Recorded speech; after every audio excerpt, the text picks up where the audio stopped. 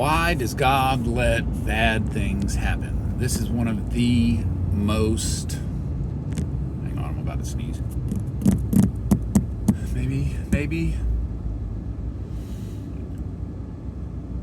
Yes.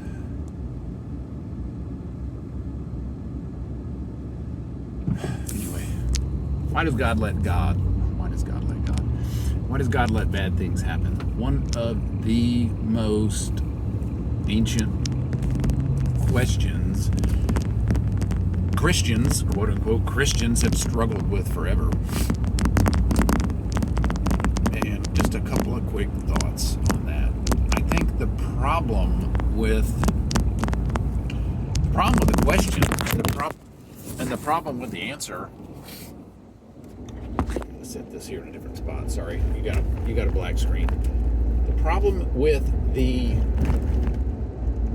question and the problem with the answers that are going to come out of the church, come out of seminary, come out of the pulpit is they are inherently theologically wrong.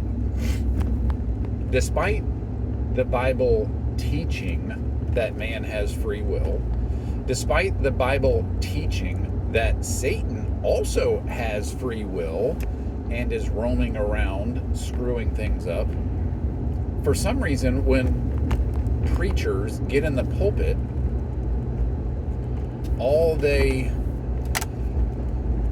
teach with regards to this particular issue is that God is in control. God is in control. God is in control. God is in control. This doctrine, this theology that God is in ultimate control, and sometimes they'll word it a little bit differently. Well, he may not be controlling everything, but he allows everything. Which, if you dissect that, is the same thing. Whether God's allowing it or he's controlling it, it's the same thing. God is ultimately in control. That is the problem. That theological construct, worldview, is the problem, and why you are asking, why you're here, why you're asking, why did God let this happen? Why do bad things happen to good people? Now, if you take that construct and tweak it a fair amount based on the Bible, one, and two, based on what you see with your own two eyes every single day, the correct construct biblically and what is going to make sense to you based on what you see is that God is sovereign, Satan is in control, and man has free will. God is sovereign, Satan is in control, and man has free will. You now have three beings, entities, whatever we are. Obviously, we're different. And there is a new framework, a new construct, a new theological worldview that much more accurately depicts what the Bible teaches and much more accurately depicts what you see every single day around you.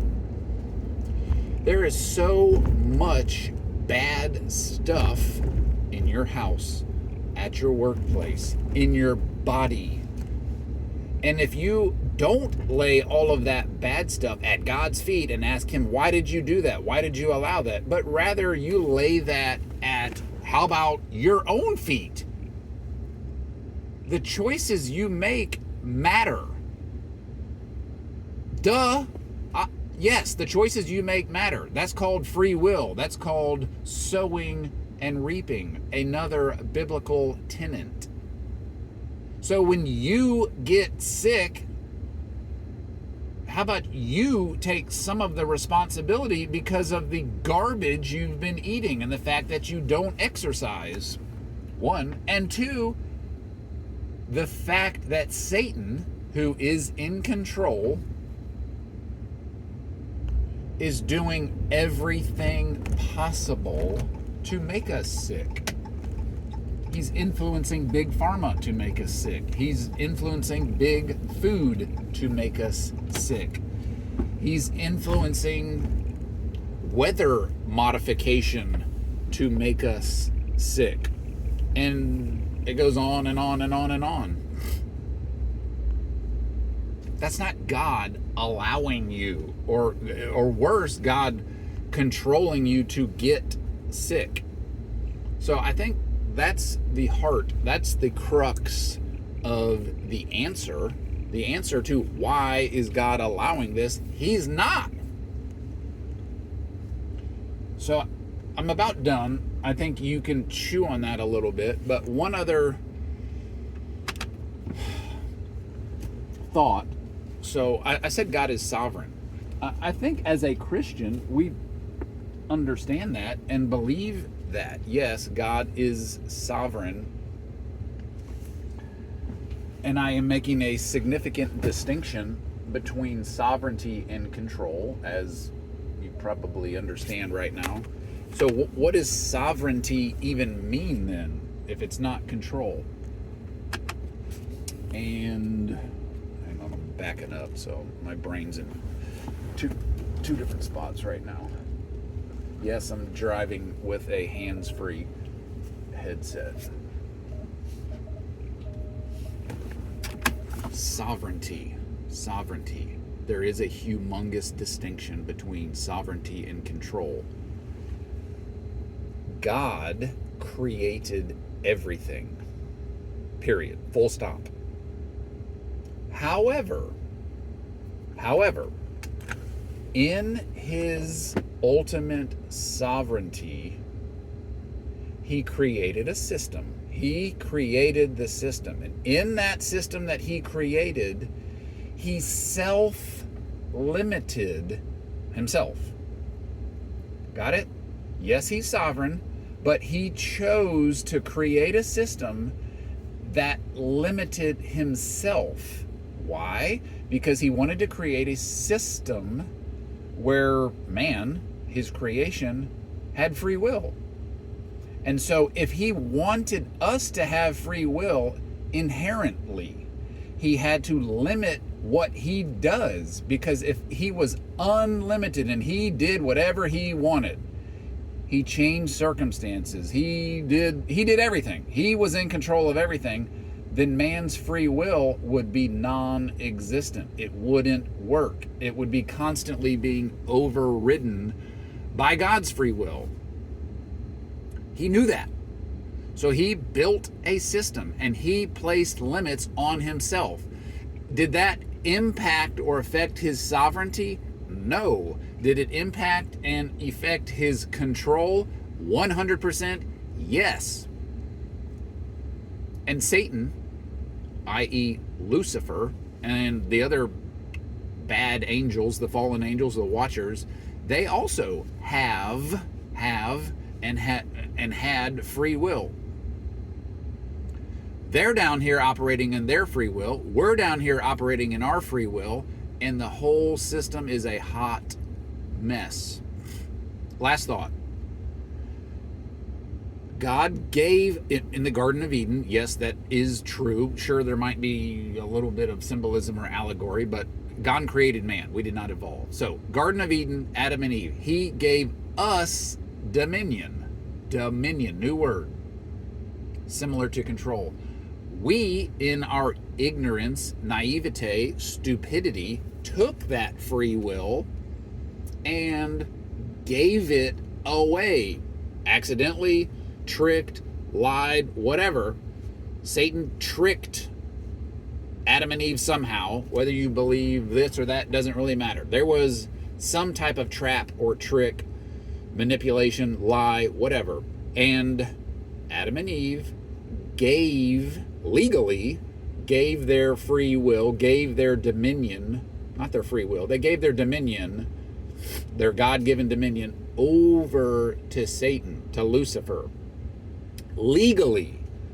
So now he's got the legal rights to do a whole lot of bad stuff down here. And when you look at the world around us, the rape, the incest, the child sex trafficking, the murder, the drug abuse, the hatred, the anger, it's obvious that Satan has a significant amount of dominion down here and is wreaking havoc. Do not lay that at God's feet. God is good. Lay that at Satan's feet. And the whole point of this video, lay that at Satan's feet. And now when you ask, why did God allow this? Why did God do that? You now have the answer.